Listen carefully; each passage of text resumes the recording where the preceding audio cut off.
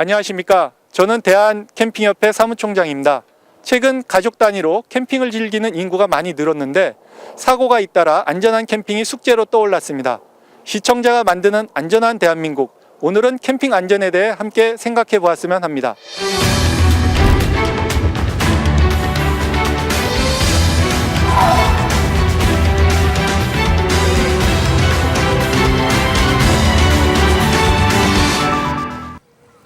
인천광역시 강화군 화도면 동막리 7명의 사상자를 낸 화재 사건 현장입니다.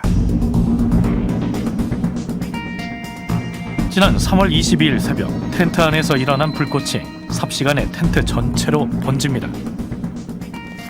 텐트 전체가 불길에 휩싸이기까지 걸린 시간은 약 3분. 가까스로 아이 1명을 구했지만 두 가족 5명이 연기에 질식해 숨졌습니다. 신고를 받고 가장 먼저 현장에 도착한 소방관을 통해 긴급했던 당시의 상황을 들을 수 있었습니다. 천막을 중심으로 해서 형체는 이미 전소가 되었고요. 그래서 화염만 부철되고 있는 상황이었어요. 그래서 현장 도착했을 때에 사망자가 이미 5명이 있었고, 텐트의 형체는 온데간데 없고 까맣게 그을린 잿더미만이 참담했던 당시의 상황을 말해줍니다.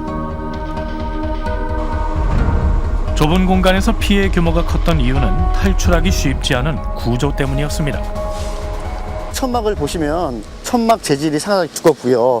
하단부를 구성하는 부분에 대해서 고정을 많이 해놨거든요.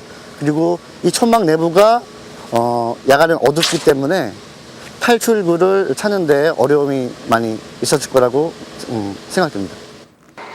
당초 이것은 버섯 재배 시설로 허가를 받았지만 펜션으로 불법 운영해왔습니다. 하지만 미등록 업소인 강화도 캠핑장과도 같은 시설을 관리하고 감독할 소관 부처도 안전 규정도 부족했습니다.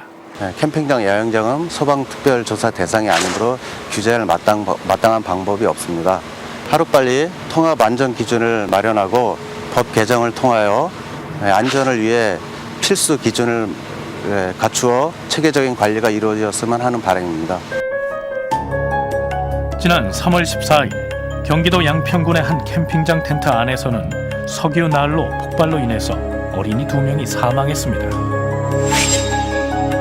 충남 서천에서는 40대 부부가 텐트에서 자다 버너 연소가스에 질식해서 남편이 사망하는 등 최근 캠핑 관련 사고가 잇따르고 있습니다. 저희도 실제로 나가면 난로를 피웁니다. 근데 이제 그 환기 자체를 하고 어느 정도 이제 공기의 통풍성을 유지를 하는데 이 일반 이제 이용자들께서는 그 환기를 하지 않은 상태에서 하다 보니까 일산화탄소에 중독이 돼서 또 안타까운 사고들이 많이 일어나고 있습니다. 그래서 최근에 이제 캠핑장들에서는 일산화탄소 경보기라든가 아니면은 이제 연기 감지기 같은 것들을 이제 설치를 해주고 있습니다. 인천시가 민간에 위탁 운영 중인 한 캠핑장입니다. 이곳은 캠핑장 중에서도 안전시설이 잘 갖춰져 있는 편. 텐트 안에는 화재를 대비할 수 있는 장비들이 있습니다. 불을 끌 수 있는 모래인 방화산은 물론 텐트마다 소화기도 하나씩 비치돼 있었습니다. 텐트 지붕에는 화재로 인해서 연기가 나면 경보음이 울리는 연기 감지기까지 구비해서 화재에 대비하고 있었습니다. 캠핑장을 운영하는 운영자 입장에서는 그 일산화탄소 경보기라든가 그다음에 연기 감지기 또는 요즘 이제 안전의식 상당히 고치가 되다 보니까 그 대한적십자사나 소방관계부처에서 안전 응급처치, 일반 응급처치 과정들도 있고 이러한 것들을 좀 이수를 해서 세심한 이용자들을 위한 세심한 배려가 필요하지 않은가 하는 생각입니다. 서경준 씨는 잇따르는 사고를 막기 위해서는 캠핑장 운영자들 스스로 안전의식을 높여야 한다고 말합니다. 이용객들 또한 안전수칙에 대해서 유념할 필요가 있습니다. 야외에 이렇게 나가다 보니까 아무래도 이제 마음이 좀 들뜨지 않습니까?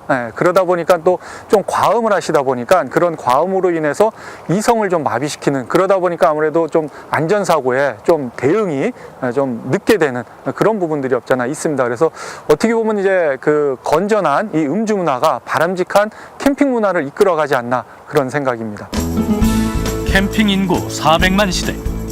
온 가족이 함께 즐길 수 있는 안전한 캠핑을 위해서 이용객들과 운영자들의 안전의식이 그 어느 때보다 중요해졌습니다.